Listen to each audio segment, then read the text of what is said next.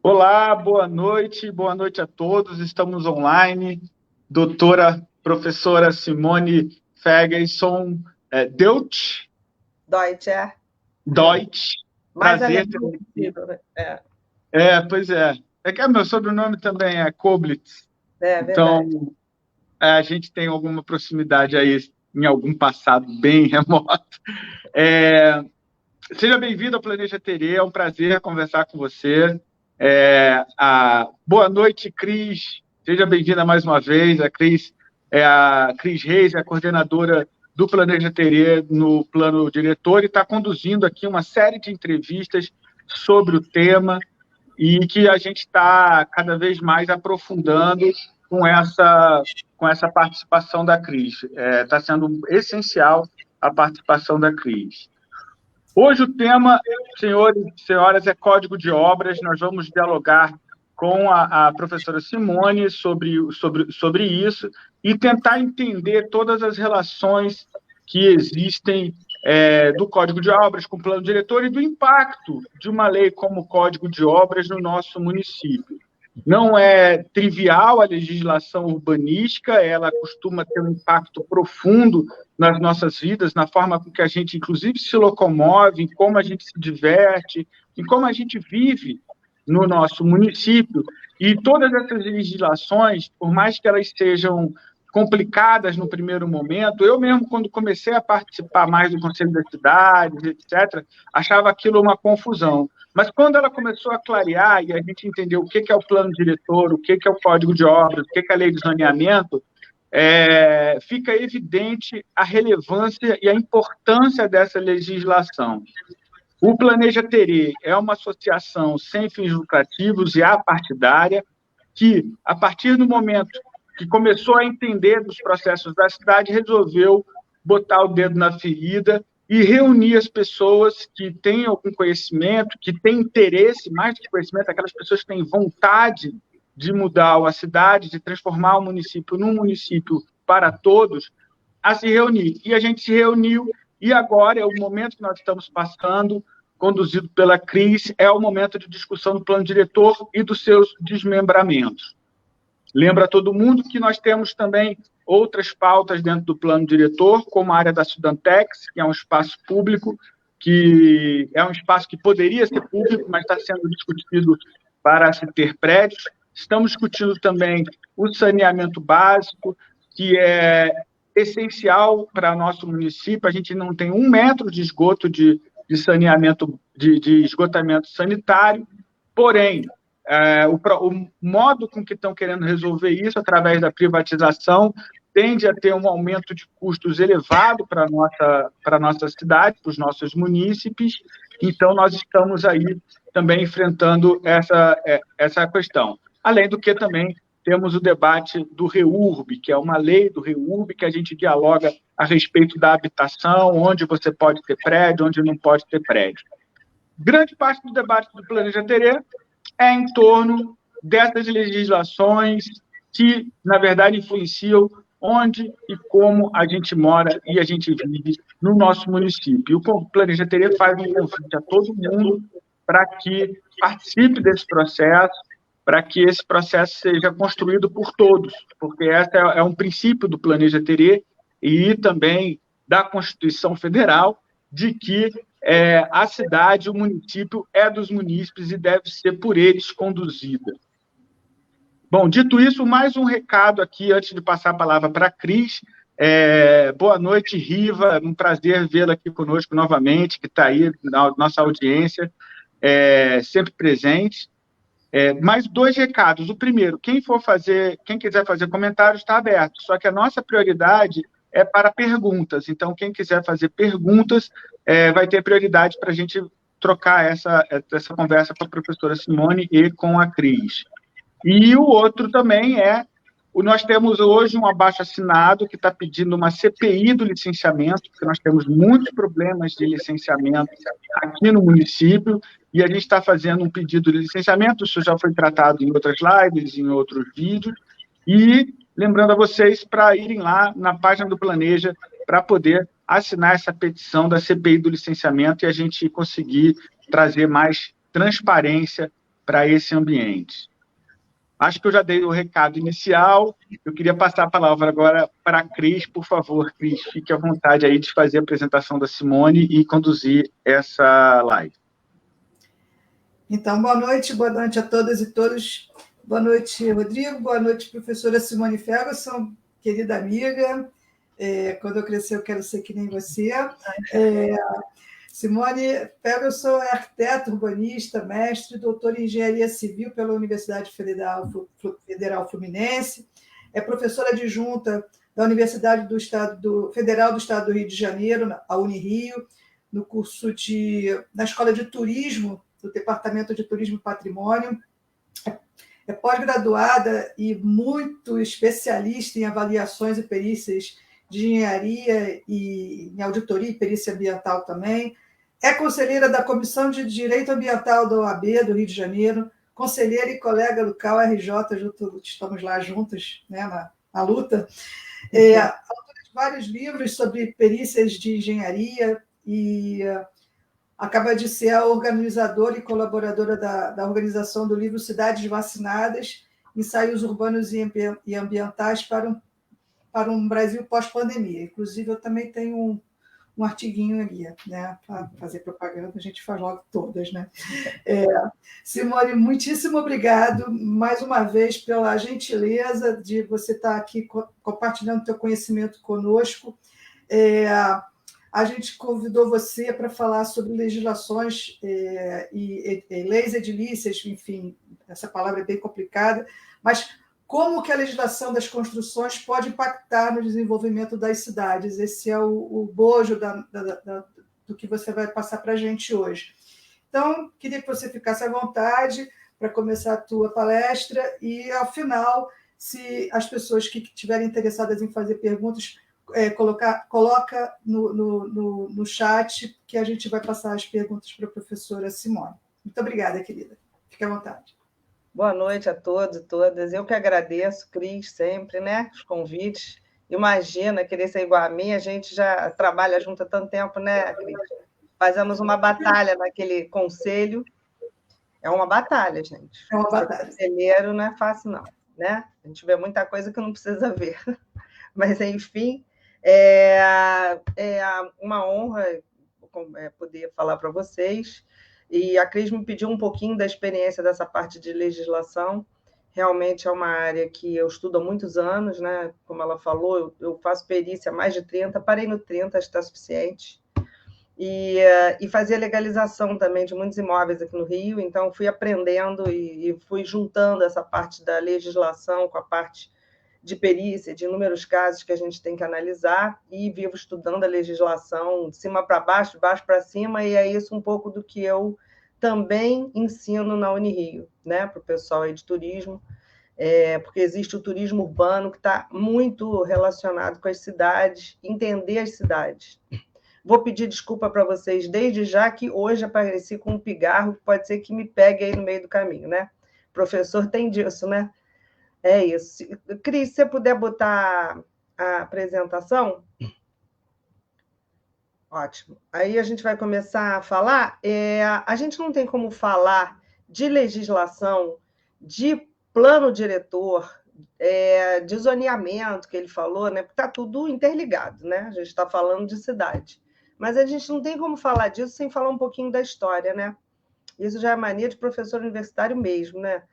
Então, Cris, você pode passar? Vamos falar um pouquinho de como as cidades recomeçam, né? Uma antes.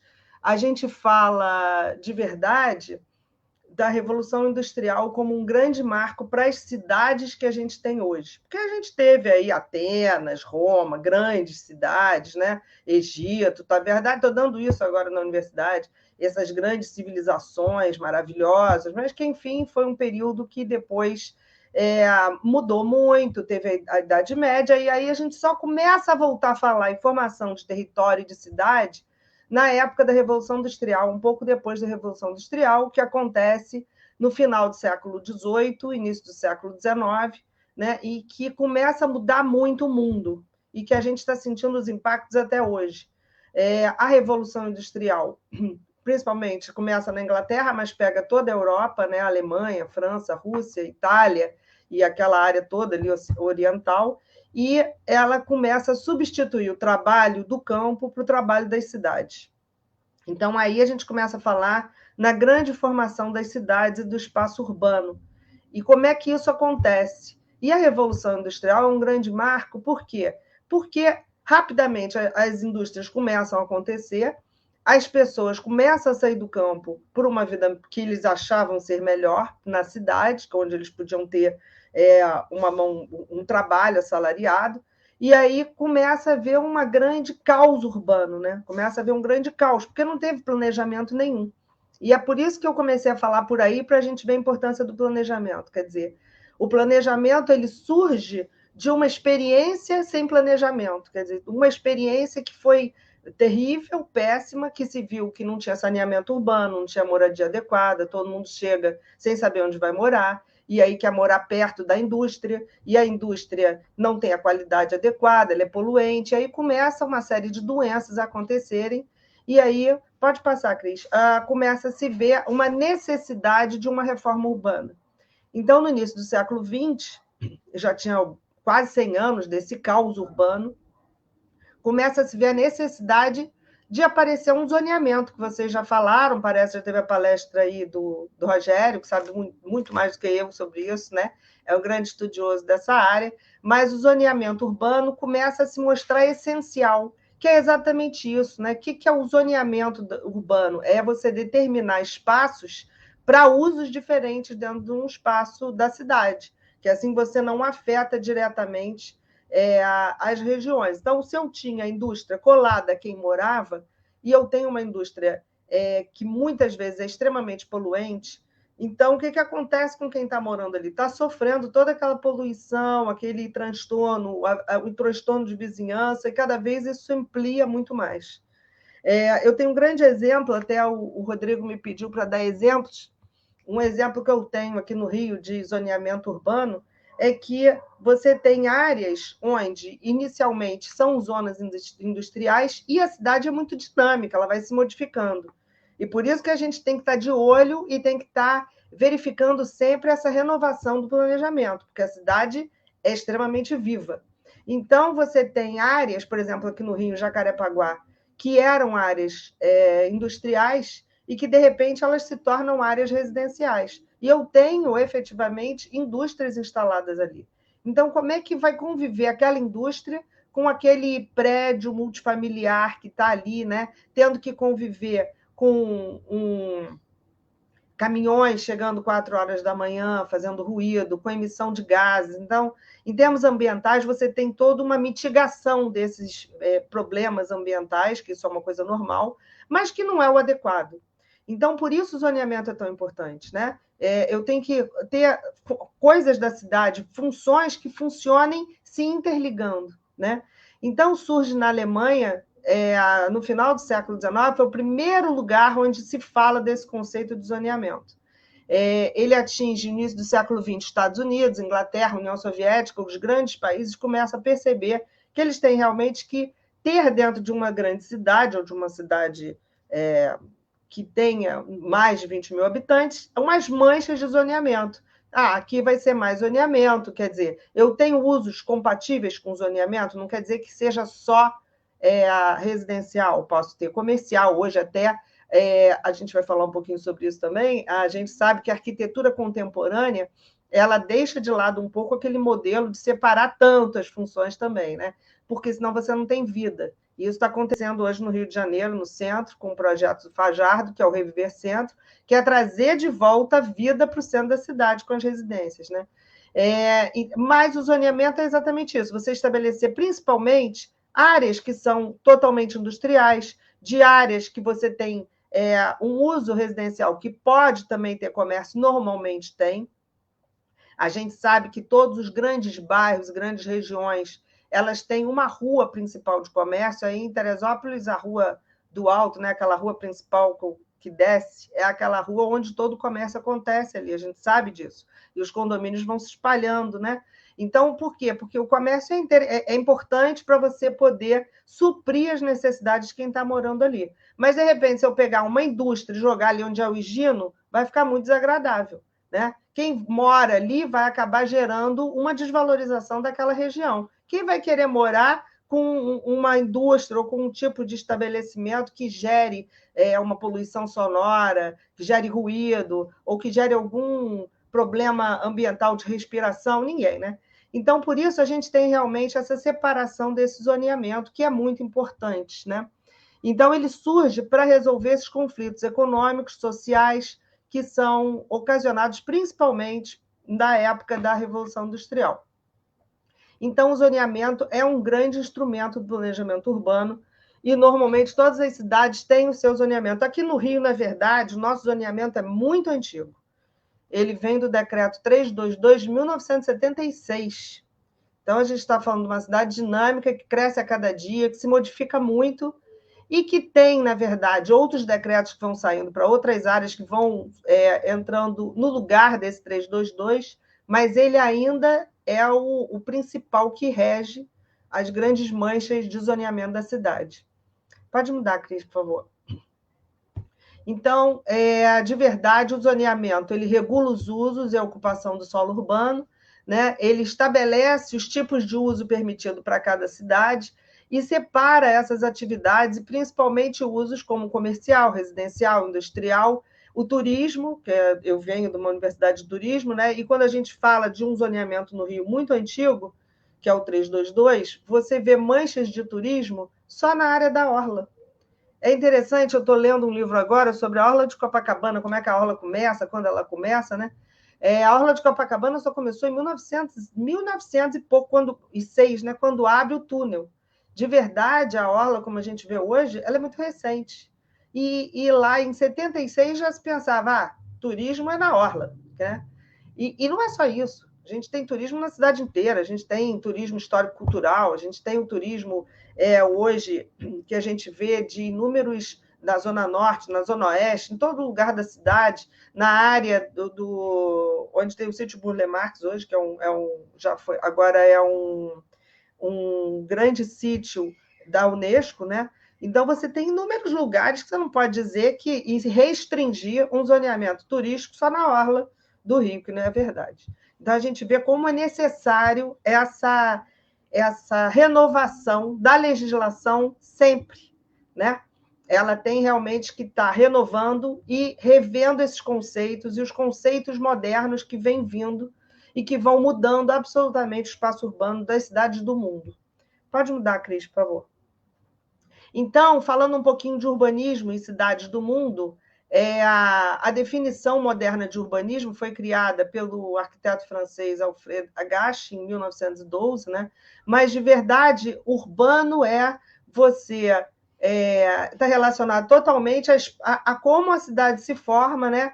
A todas as atividades que estão dentro do espaço urbano, que efetivamente é multidisciplinar, porque você tem inúmeras situações, como eu já falei, de turismo, tem ecologia, parte de geografia, cada cidade com seu relevo, as suas características, se ela é próxima ao mar, se ela está na serra, como é que é a vegetação, como é que é a história dessa cidade, ela é muito importante, né?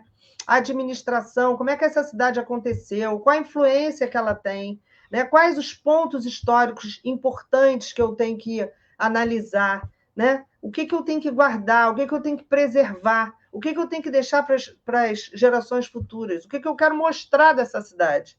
Então, o urbanismo, ele também vai pensar a mobilidade, né? Como é que eu vou me deslocar nessa cidade, acessibilidade. Hoje a gente fala muito em caminhabilidade, que é um outro grande item, que é você poder ir a pé para onde você necessita e deixando o carro de lado, né?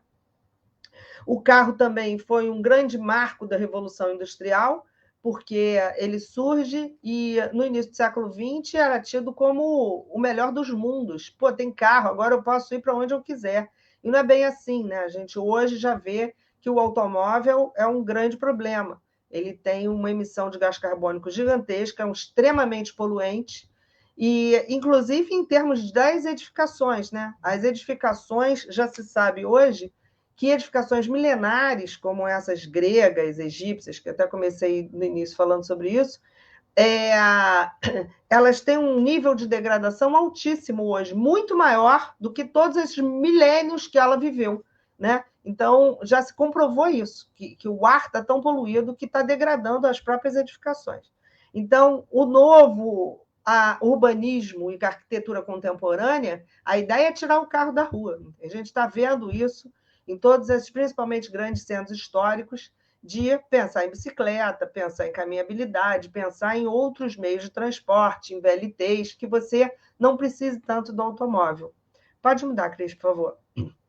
Então, é o estudo, resumindo, o urbanismo é o estudo da sistematização, né, dos métodos capazes de adequar a cidade às necessidades de seus habitantes. Quer dizer, cada cidade tem a sua peculiaridade, eu tenho que analisar os problemas que essa cidade tem para tentar melhorar a qualidade de vida. Essa é a forma essencial. Então, eu tenho problema, eu não tenho hospital, eu não tenho saneamento básico, eu estou tendo uma área em que eu tenho engarrafamentos diários, não consigo chegar ao outro lado da cidade. Então, como é que eu vou resolver isso? Eu tenho que primeiro mapear os problemas para depois conseguir pensar em soluções, né? Soluções com tudo que a gente vem estudando e que vem se renovando a cada dia, né? Então, a gente tem que estar vivendo, estudando mesmo, porque as coisas vão se modificando. Pode mudar.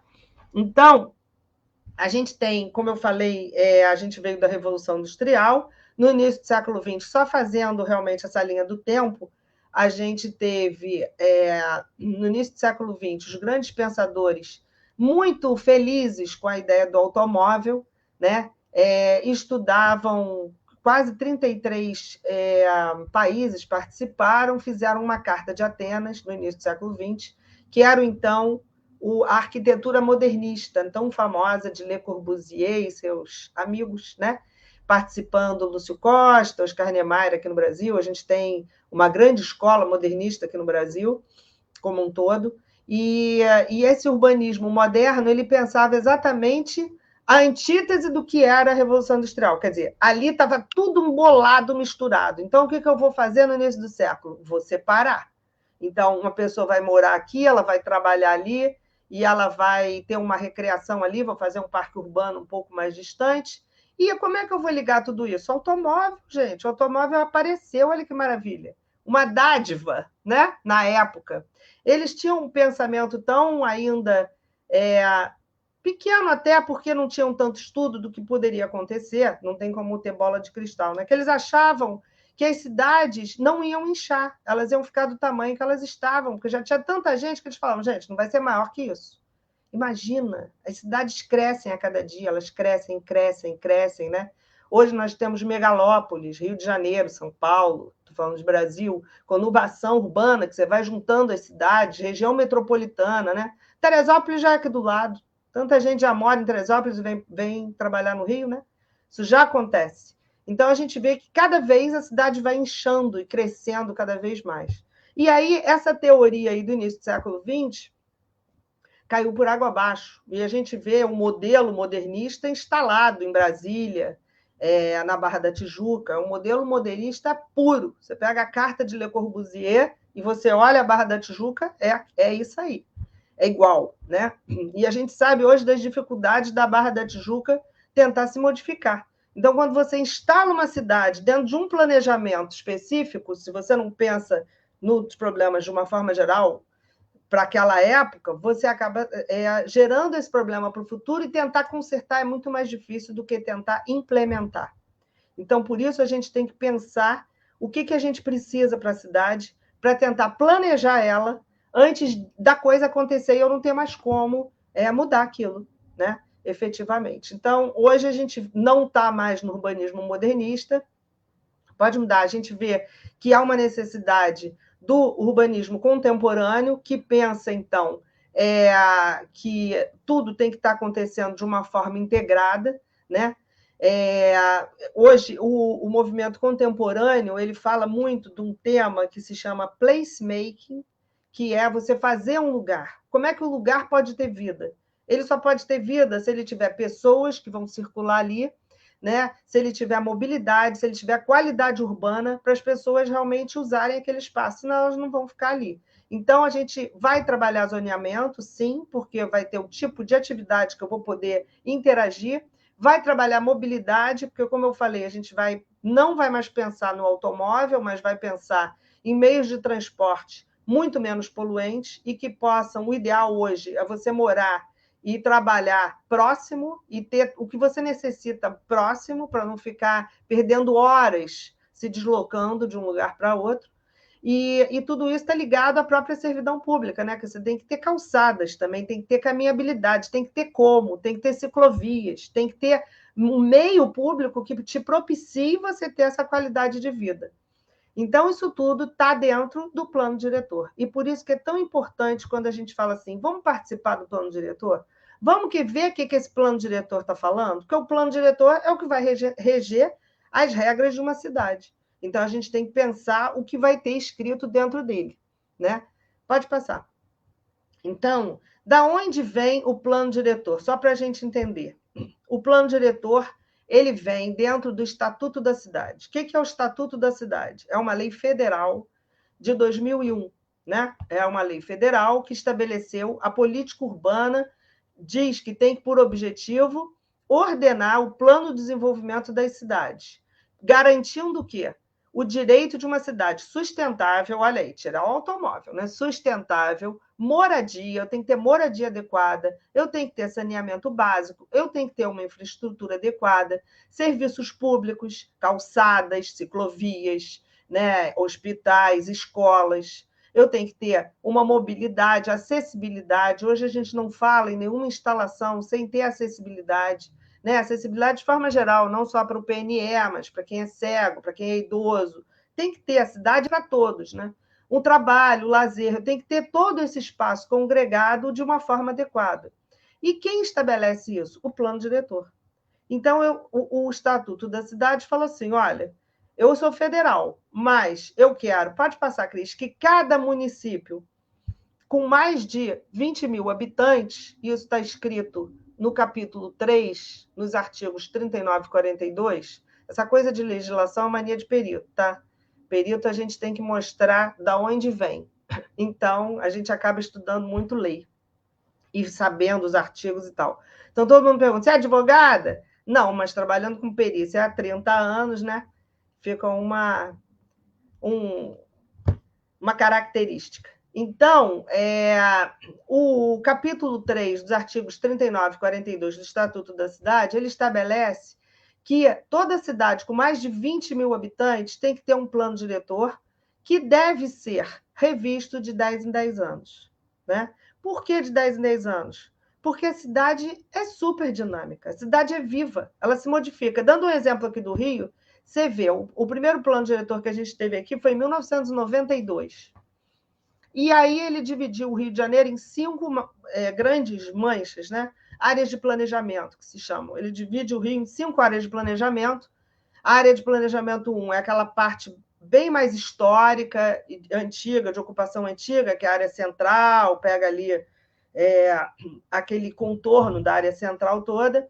A área de planejamento 2 é uma área que depois foi ocupada no início do século XX, muito ocupada, que é a parte da Orla e Zona Sul, que virou a queridinha da cidade naquele período. E a área de planejamento 3 é a área mais da Zona Norte, onde as indústrias foram se instalar também no século passado. E a gente teve a Avenida Brasil, a Estrada de Ferro, toda uma realidade um pouco diferente, né? Os deslocamentos que tiveram da Zona Sul foram todos deslocados para essa área da Zona Norte, com os conjuntos habitacionais, com uma área de ocupação diferenciada. E, na época, em 92, a gente tinha uma área de planejamento 4, que é a Barra da Tijuca, Jacarepaguá, e a Barra da Tijuca, no meados do século passado, não era nada, né?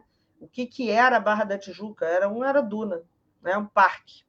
E hoje a gente vai para a Barra da Tijuca, toda vez que você vai ter uma coisa diferente. Então, você imagina como é que é dinâmica essa ocupação dessa região. E a área de planejamento 5, então, era a parte de Campo Grande, Bangu, né? Aquela área mais distante do maciço da Pedra Branca, onde, de verdade, se deixava como uma área de reserva para o crescimento da cidade. A cidade já chegou lá.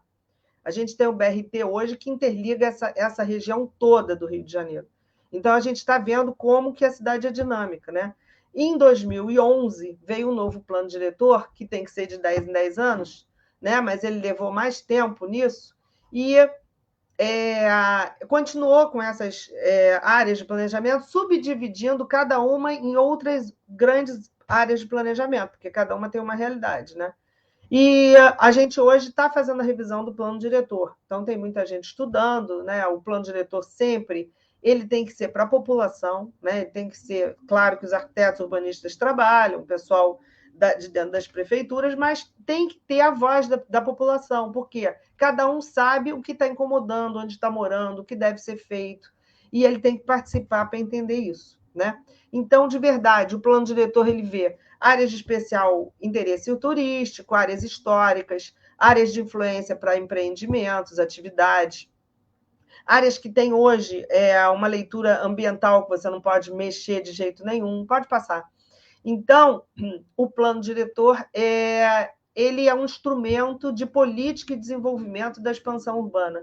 Ele é o principal instrumento dentro da cidade. Ele que vai dar esse diálogo todo, né? Da cidade, do espaço urbano como um todo. Ele vai definir os aspectos físicos, sociais, territoriais, ambientais das cidades. O que a cidade precisa? Essa cidade precisa, eu tenho que fazer um diagnóstico, eu tenho que ficar estudando ela e pensar, o que eu preciso nessa cidade?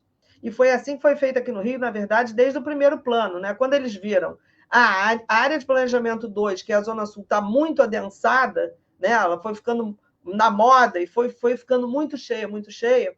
Então, eu tinha que tentar, de alguma forma, melhorar a qualidade, por exemplo, de comércio, de atrativos, na área da Zona Norte, que é a área de planejamento 3. Eu tenho que tentar evitar que tanta gente venha para a área de planejamento 2, porque não dá mais.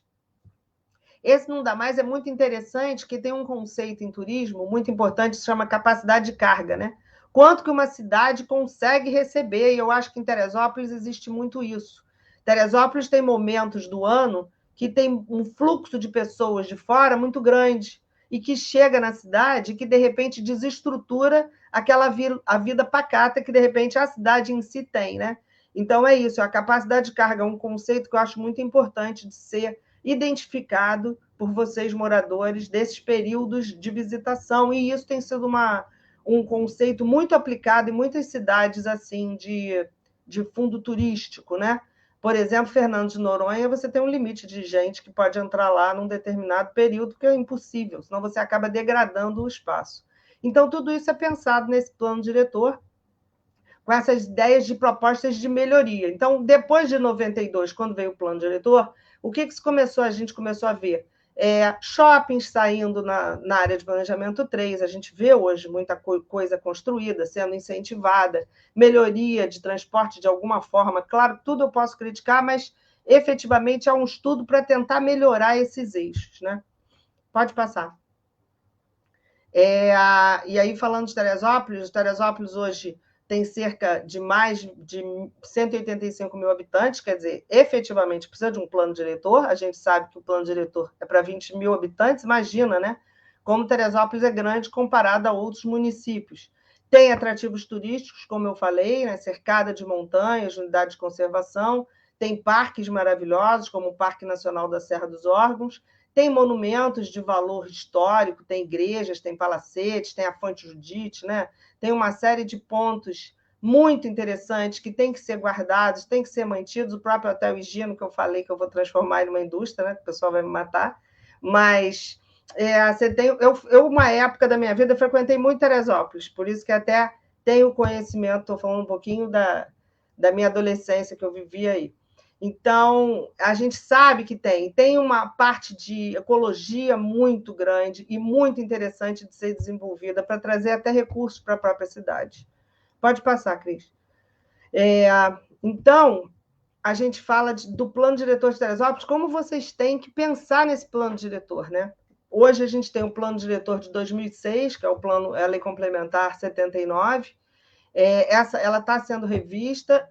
Ela é importante da participação de todos nessa revisão, que, como eu falei, a gente tem que ver a capacidade de abastecimento de água, né? Quando a gente fala em muito turista, em capacidade de carga, como é que vai ficar esse negócio? Vai dar para os moradores, para quem está vindo de fora?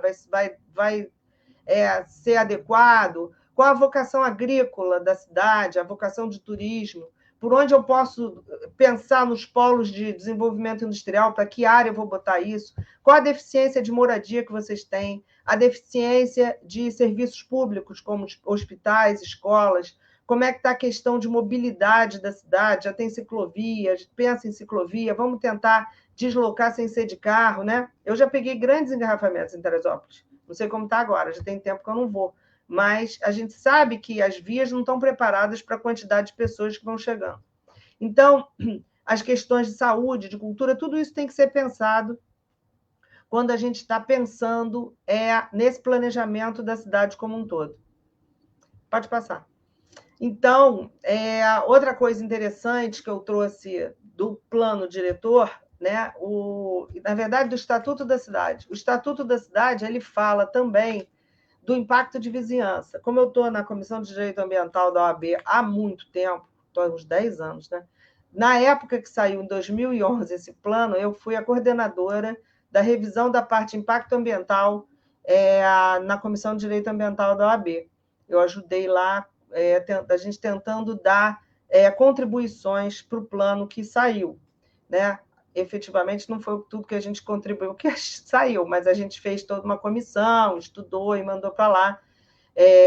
E também de impactos de vizinhança. São importantes? São, porque você evita que certas indústrias ou certos estabelecimentos que vão se instalar num determinado local fiquem instalados ali, porque eles vão gerar efetivamente um impacto ambiental ou um impacto de vizinhança, né? Isso no Rio já está no plano diretor, mas é impressionante que não se é cobrado isso, né? A gente não vê isso sendo cobrado nos licenciamentos, que deveria. Então, a gente tem no Estatuto da Cidade os artigos 36 e 38, que falam efetivamente desse estudo prévio do impacto ambiental. Pode passar.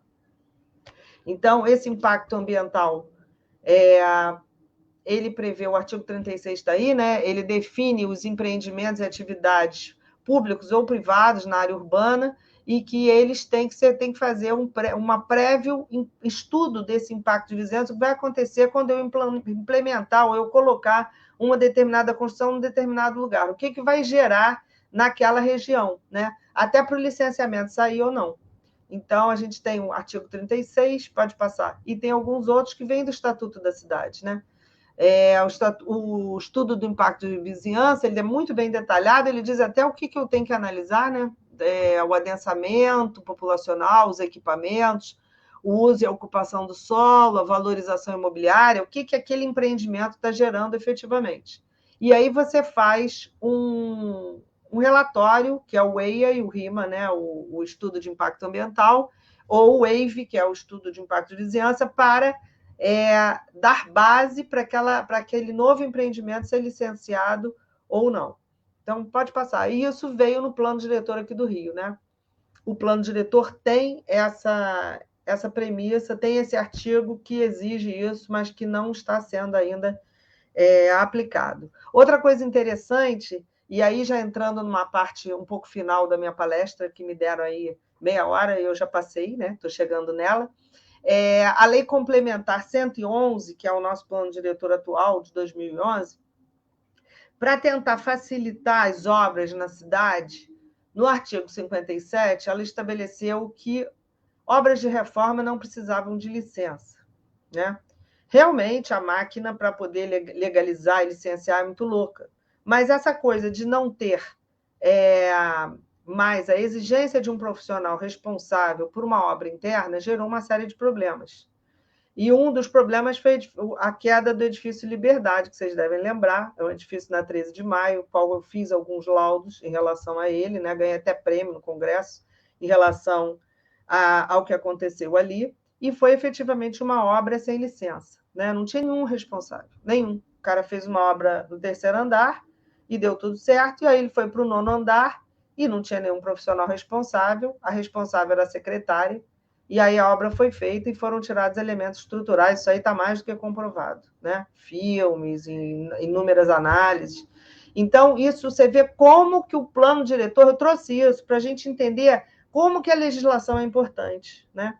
Como é que está escrito na lei é importante para o que a gente vai viver numa cidade, né? Então, quando ele fala assim, não precisa de responsável por uma reforma. E aí? Aí a pessoa sai entrando num apartamento, quebrando viga, tirando pilar, né? Já cansei de ver isso. Como é que faz, né? Quem se responsabiliza? A partir daí saiu uma série de normas, a gente também que está nessa área de construção, a gente sabe que existem as normas da BNT.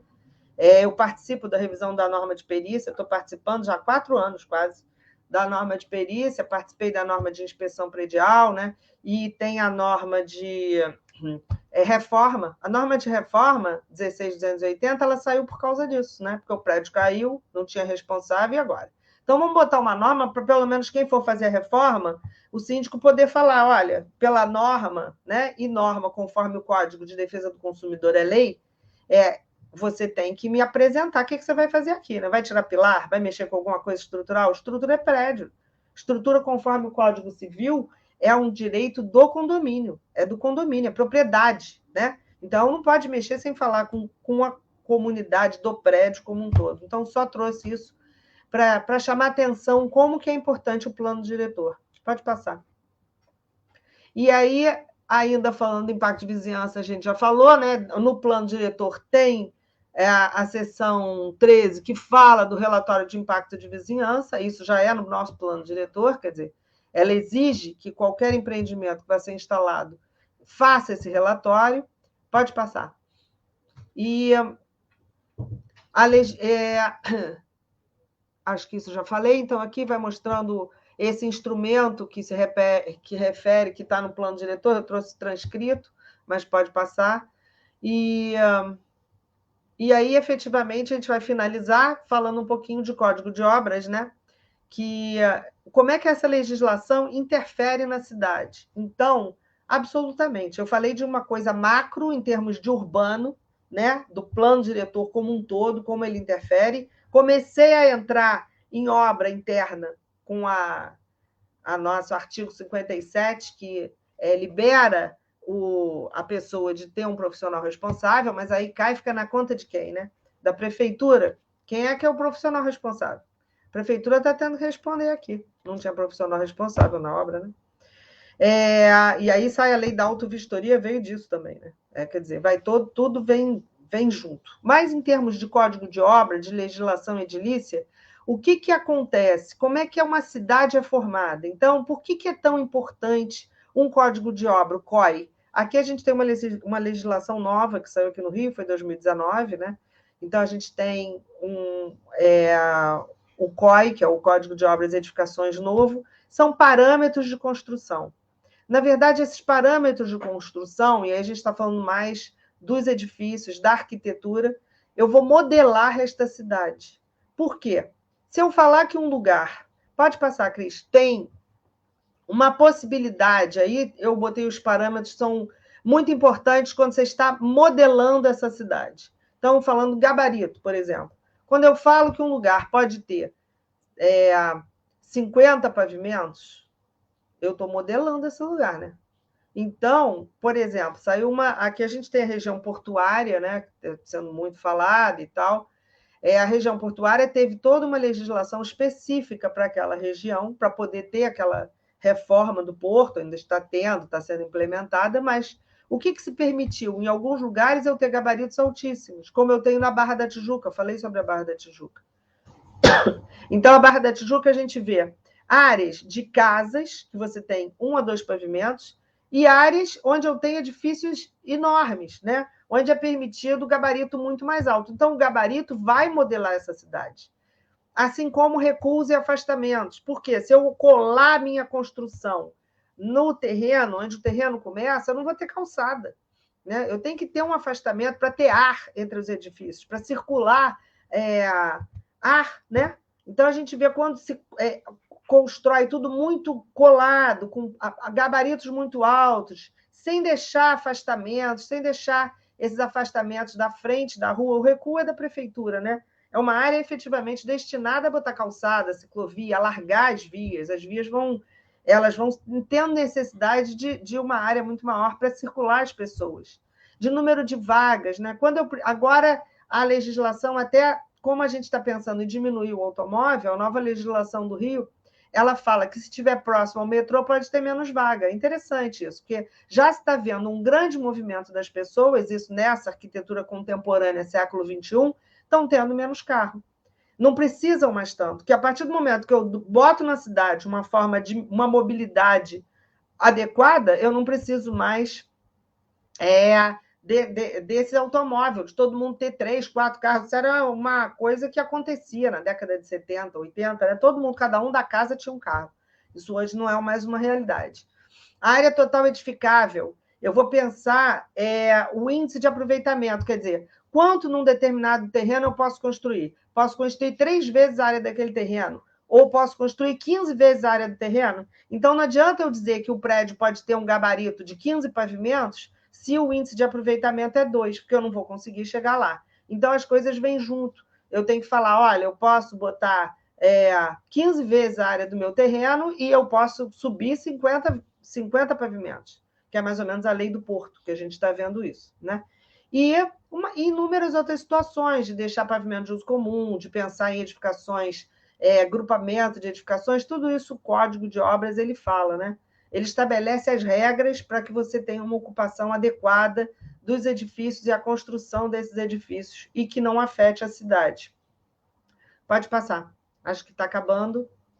Aqui eu trouxe, por exemplo, uma modelagem urbana para a gente entender como é que se modela uma cidade assim. A lei, né? A partir do momento que eu falo que essa área da frente só pode imóvel residencial de uso unifamiliar com até no máximo 2 pavimentos, fica com essa cara. Lá atrás, eu falei, não, essa área, olha, eu posso ter edifícios com um índice de aproveitamento bem maior de terreno, com um gabarito muito mais alto. Então, eu dou uma outra cara para aquele lado da cidade.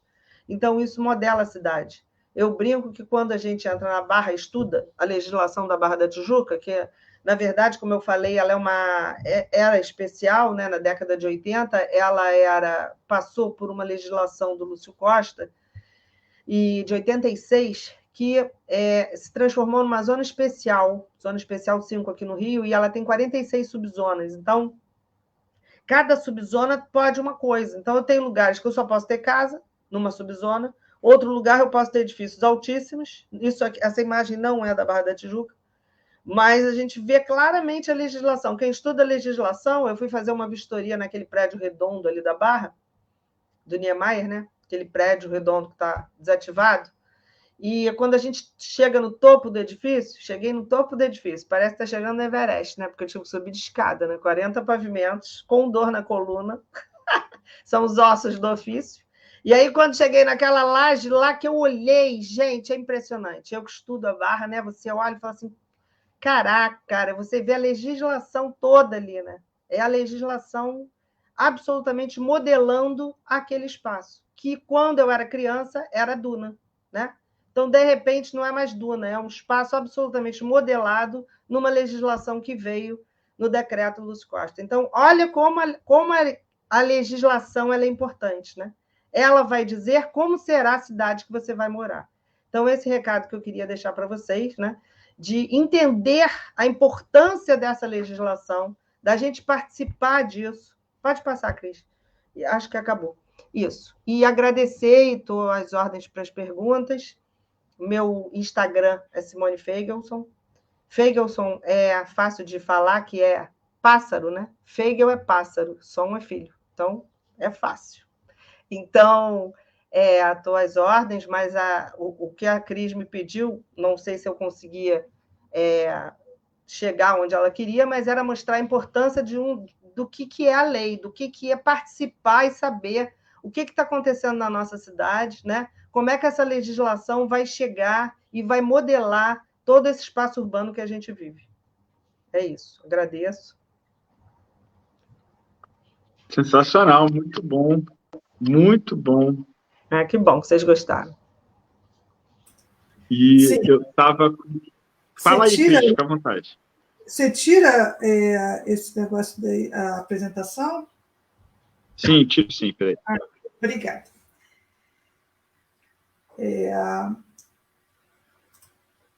Então, Simone, assim, é impressionante, eu estava conversando até antes com o Rodrigo, antes da gente entrar, de como a questão da modelagem, né? Como a legislação, quando você olha para o skyline, assim, para a cidade, olhar para aqui, para a reta da cidade de Teresópolis, a gente vai entender a época como que foi que a legislação modelou prédios, por exemplo, com subterrâneo, com estacionamento subterrâneo, subsolos, estacionamento no embasamento, lojas embaixo, que é muito característico aqui dos nossos edifícios. Durante uma boa época, quase todos eles têm lojas embaixo, né? E em cima moradia, às vezes os edifícios com consultórios, escritórios, é uma coisa mais moderna até. Antes era moradia em cima, lojas. Você vai lendo a cidade ali, né, de acordo com a legislação. E aí, assim, a gente recebeu uma pergunta da Nívia, que é a nossa coordenadora de comunicação, que eu achei muito legal a pergunta que ela trouxe para a gente. Quem é que legisla sobre isso? Quem é que faz essa legislação sobre essa...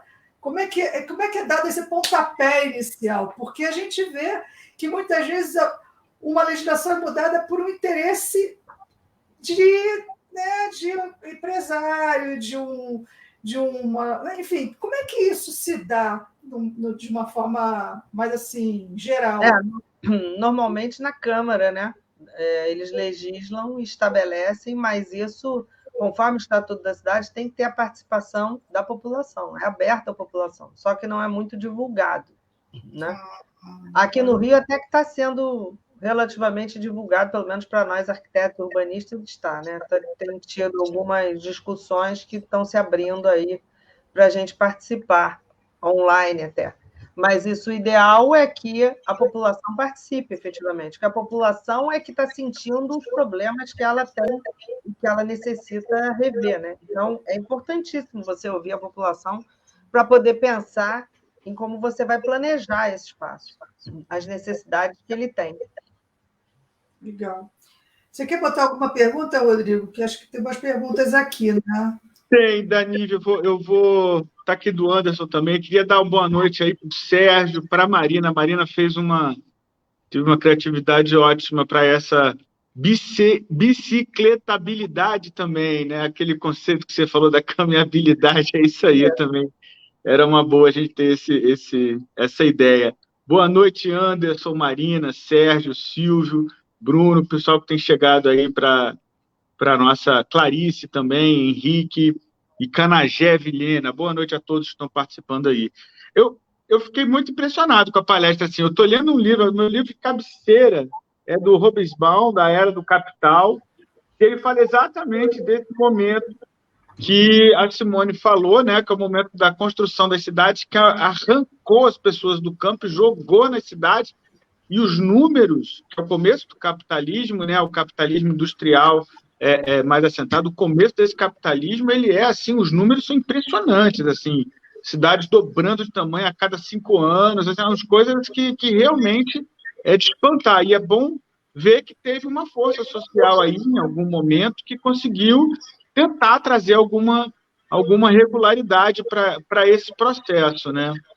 É sensacional a palestra, assim, muito bom ver que existe pessoas, e eu sempre me impressiono com a arquitetura, com o urbanismo, no sentido de ver que existem, quando a gente coloca um ser humano para pensar sobre um problema, ele consegue dar uma solução muito melhor do que aquela que a gente, leigo, não entende, sabe? Então, é bom ver soluções, essa ideia de você tirar as vagas de prédios que estão perto de metrô, é porque tem um ser humano ali pensando e refletindo sobre aquilo, né? Eu tinha algumas questões, mas eu vou passar aqui, Simone, para o público aqui que está... para o público, né? Para as pessoas que estão fazendo uma questão. Rodrigo, pois não. Rodrigo, posso fazer agradecer a presença aqui do Canagé Vilhena, que é um batalhador pela cidade, é um lutador da cidade. Ele esteve aqui em Teresópolis, ele participou do primeiro plano diretor.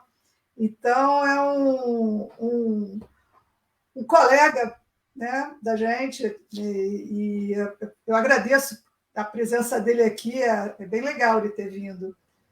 Complementando, também agradeço, foi aluno do Canagé, nem vou falar quando, né, porque tem milhões de anos. Esquece essas coisas, Simone, não fica dando referência fiz um temporal, curso, não. Ele dava aula num curso no Clube de Engenharia, eu acho, tem muitos anos, no século passado. Século passado, mas não faz tanto tempo assim. Seja muito bem-vindo. Seja muito bem-vindo, Canagé. Tá aí, o Canagé fez. Então, eu vou aproveitar a trazida do nome do Canagé aqui, que eu vou fazer uma pergunta do Anderson. O Canagé coloca: lembrar que a legislação da Barra da Tijuca foi toda reformada pela especulação imobiliária, o que fez Lúcio abandonar a Sudebar da quase superintendente. Esse Lúcio é o Lúcio Costa mesmo? Lúcio Costa. O Lúcio Costa? O cara, né? O cara mudou a história do Brasil, né? O cara estava envolvido com Brasília também. Bom, e aí eu aproveito para fazer uma pergunta aqui que o Anderson fez. Que ele fala isso, né? A Barra foi planejada e deu ruim, e o plano diretor virou um plano remediador, e ele queria saber sobre a Agenda Mais 20. Se existe alguma forma do plano diretor hoje ou de estar refletindo sobre isso.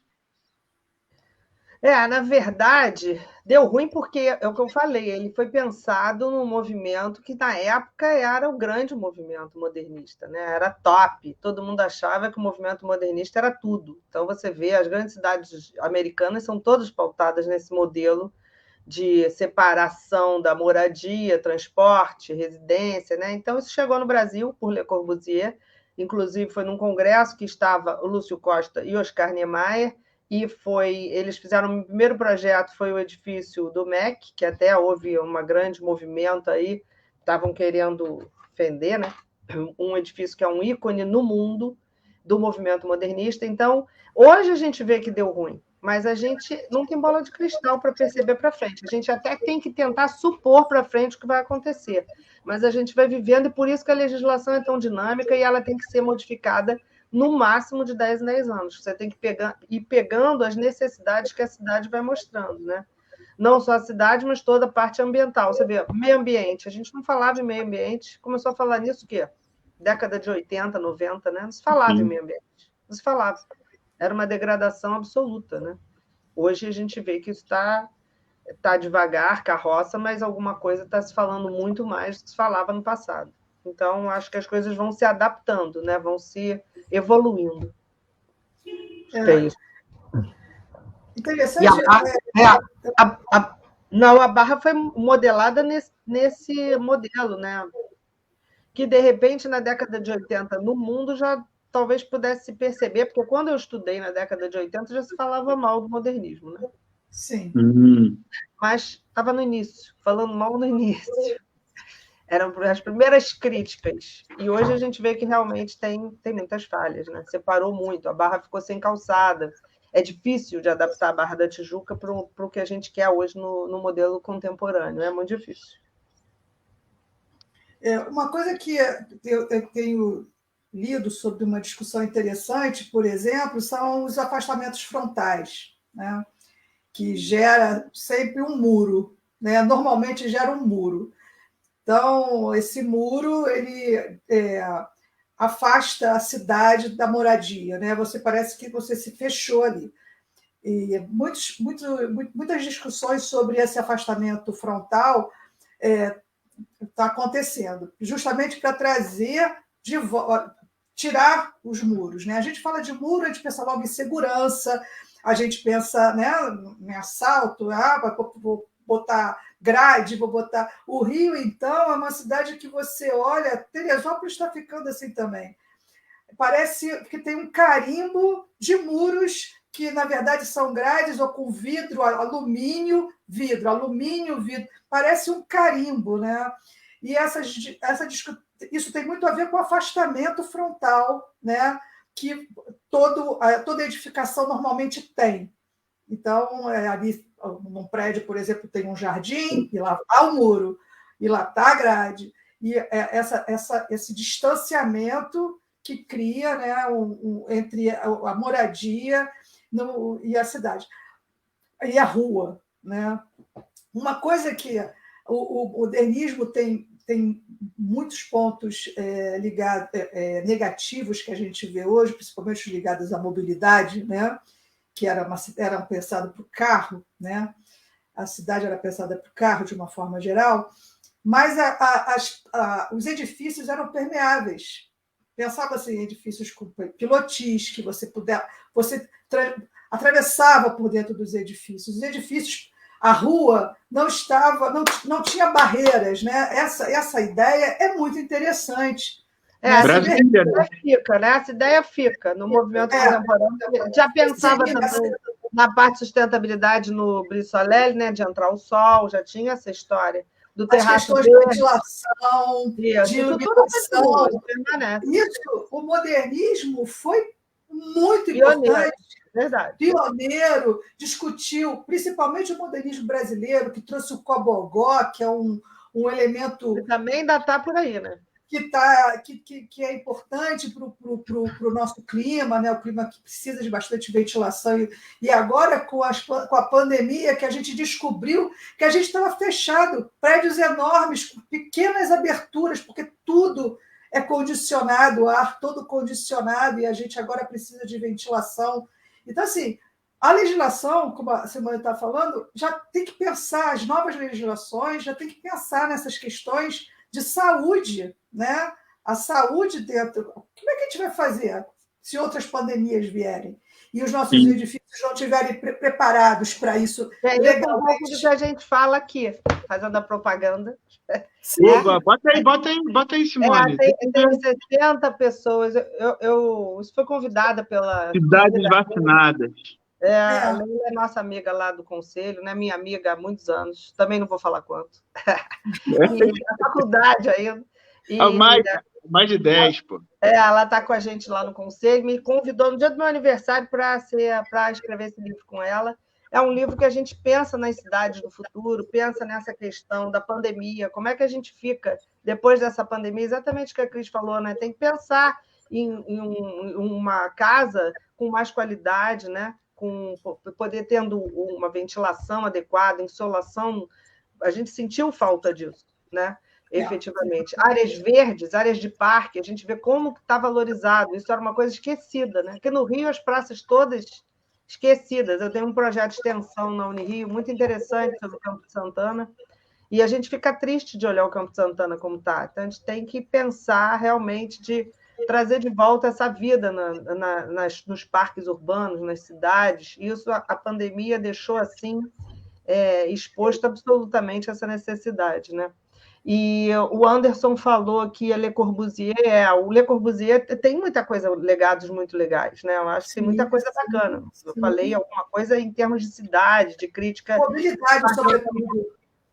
Ele fala, por exemplo, dos edifícios afastados, da insolação, de todas as faces do prédio poderem ter sol, iluminação, que isso não tinha, os prédios eram colados, né? Então, a gente tem esse modelo, Barra da Tijuca, que é exatamente isso, mas que é bacana, né?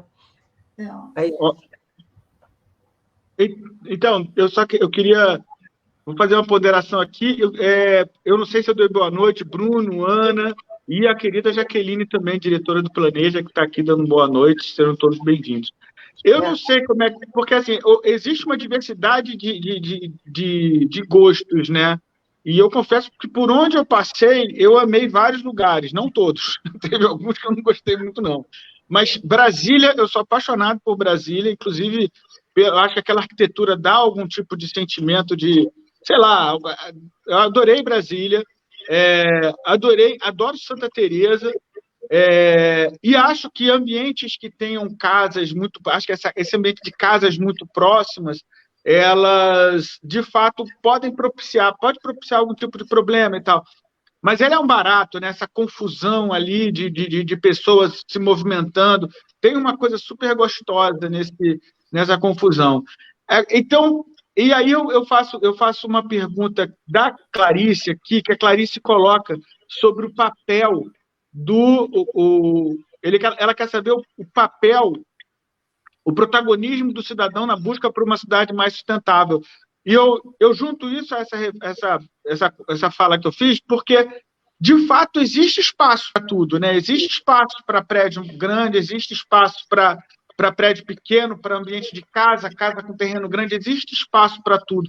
O negócio é a gente conseguir ponderar aí o que a gente consegue fazer, né, para habitar, para que todos possam habitar, de fato, né? E o que essa pressão aí dos empreiteiros, etc. e tal, que eu acho que é contraditório ao bem-estar da população, porque você ficar criando espigões de 50 metros quadrados, de 2 quartos, e botar 300, 400, 600 apartamentos num ambiente que só tem casa, como é o que acontece, isso não é um exemplo teórico, não é retórica, é real, apartamentos de 2 quartos de 55, 60 metros quadrados, 400 unidades foram colocadas dentro do ambiente que só tinha casa, o impacto disso é enorme. E aí eu faço a pergunta da Clarice também, porque é uma agonia da gente de conseguir falar essas coisas e ser escutado e que as pessoas, tomadores de decisão, pensem. Então, eu deixo essa pergunta aí, Simone. E Cris também, por favor.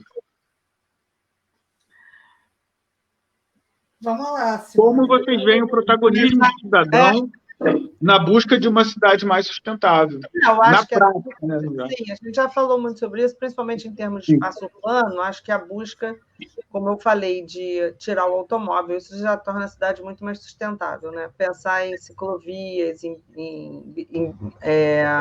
uma forma de caminhabilidade, de você conseguir. Isso é um movimento que está vindo nessa nova arquitetura, nesse novo urbanismo, né? Eu acho que é por aí. Claro que, em relação à moradia, também você tem que pensar na qualidade, mas aí entra o Código de Obra, né? O Código de Obra regula até esse tamanho dos espaços de quartos, né? Antigamente, um quarto ele tinha 12 metros quadrados. O quarto não diz nem o tamanho do quarto. Então, você pode colocar um quarto que não entra nem a cama, né? Exatamente. Então, isso também é importante em termos de legislação, porque a legislação ela vai regulamentar isso. Pensar também nas instalações dos edifícios com uma coisa de captação de energia, como a gente falou, Cobogó, pensar brise, em elementos da própria construção que possam dar mais conforto para os seus moradores, isso também é importante. Uma coisa que eu estava falando de norma e que a gente tem hoje a norma do desempenho em termos de construção, que é a 15.575, que ela pensa muito também nessa eixo da sustentabilidade, né? Na qualidade da vida. Ela pensa hoje, desempenho é você ter um apartamento que você tenha menos ruído. Hoje os construtores já estão começando a ter que atender a isso, porque senão eles podem ser ações, tem ações judiciais contra isso, entendeu? A norma de desempenho pensa isso, é uma norma de 2013, e que está sendo já revista, e ela pega o Brasil todo. Então, ela fala muito em conforto térmico e conforto em termos de ruído. Então, realmente, a gente vê que é devagar, mas que há uma evolução desses conceitos da sustentabilidade. Não sei se a Cris quer complementar. Desculpa, Cris, só uma vírgula aí. Você imagina quantas vidas foram devastadas por causa de parede fina, né? Não é? Mas, assim, eu acho que, assim, o que a gente vê, o resultado, que é o Código de Obras, né, a lei escrita ali, ela, sem a gente ser ingênuo, ela é resultado de negociações entre empreiteiros, enfim, os atores mais poderosos, né? A população está muito distante dessas leis, né? Então, o que a Simone falou, um quarto antigamente, um quarto a gente tinha 12 metros quadrados. Hoje, qual é a empreiteira, qual é a construtora que vai fazer um apartamento com quartos de 12 metros quadrados?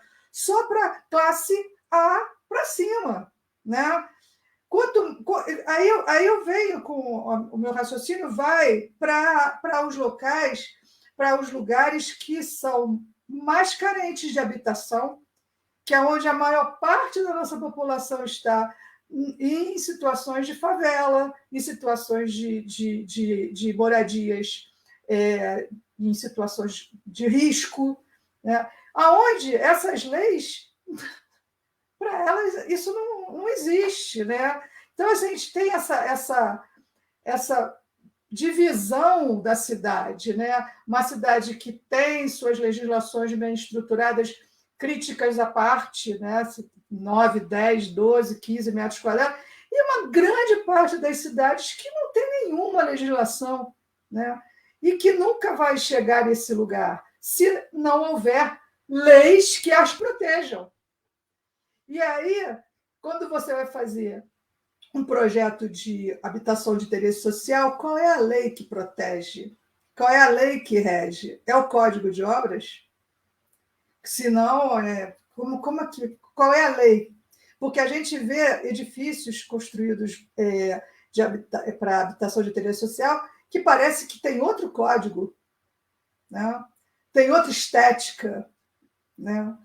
Que parece que é realmente para marcar, como se fosse um carimbo. Olha, aqui é baixa renda, aqui é pessoas mais carentes. Acho que isso, a cidade, as nossas leis ainda não chegaram nem perto para discutir esse tipo de construção. Então, assim, que bom que as leis existem, pelo menos, né? Pelo menos elas estão lá. Mas que tem atores poderosos, isso tem. E a população está bem distante delas. É só uma reflexão também. Eu acho que deu 1h10, Cris. Eu não sei, eu acho que chegou na hora da gente fazer umas ponderações finais. O que você acha? Acho que sim, acho que estamos lá aqui no nosso horário. A Simone ainda vai para uma festa, né, Simone? Vou tentar.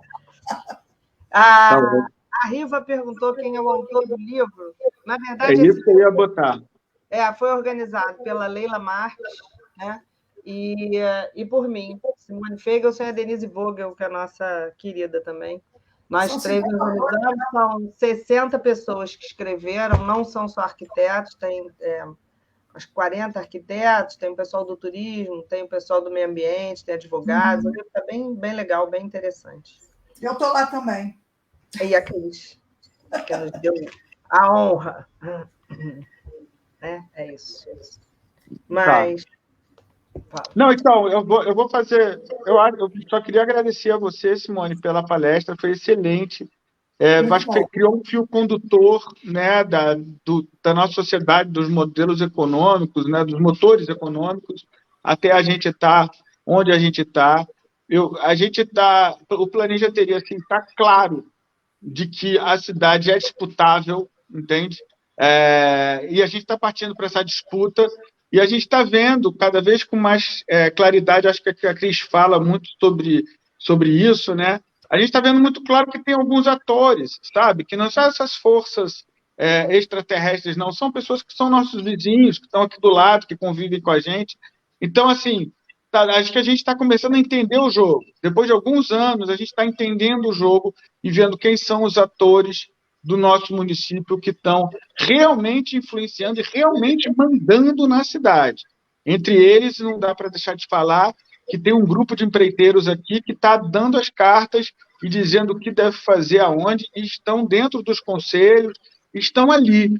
Por mais que a população sempre discuta e queremos pão, comida, trabalho, etc., é importante, mas tem uma cidade que está sendo construída no dia a dia e está ali sendo feito nas leis. Está mudando o artigo, está tirando uma palavra, está no detalhe ali da lei, mudando para garantir a legalidade das coisas.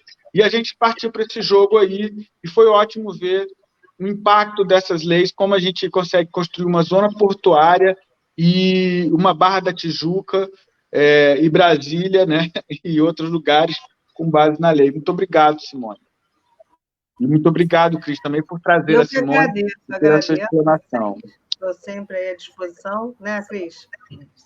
Eu agradeço muito. Falar, né? Então, se precisar de mim, estamos aí, né? Obrigada, Simone. Se quiser mais alguma coisa, eu tenho meu Instagram, que é Simone Feigelson, e tem esses livros todos. O outro livro Meu xodó é esse, ó. Esse eu escrevi de perícia, né? É um livro que eu venho atualizando, já está na 4ª edição, e aí eu tento botar um pouco dessa experiência. Tem muita coisa para quem quiser saber dessa parte aí também de norma, eu falo muito de norma nele, de código de obra, de código civil, tá cheio de lei aí. Então, quem tiver interesse, né? A gente tenta passar esse interesse, que esse conhecimento a gente não guarda para a gente, que a gente vai embora e o conhecimento vai também. A gente tem que passar ele adiante. Então, esse é meu lema, se vocês precisarem de mim, estou aí. Obrigada. Muito obrigada, Simone, mais uma vez, minha querida, pela gentileza e pelas informações importantíssimas. Espero que a gente possa te chamar em outra oportunidade em breve, tá bom? Tá ótimo, tá ótimo. Muito obrigada. Beijo para todas e todos. Beijo para todos. Até a próxima. Valeu, gente. Obrigado. Tchau, beijo para todo mundo. Boa noite, pessoal. Até. Até logo. Obrigada. Tchau, tchau.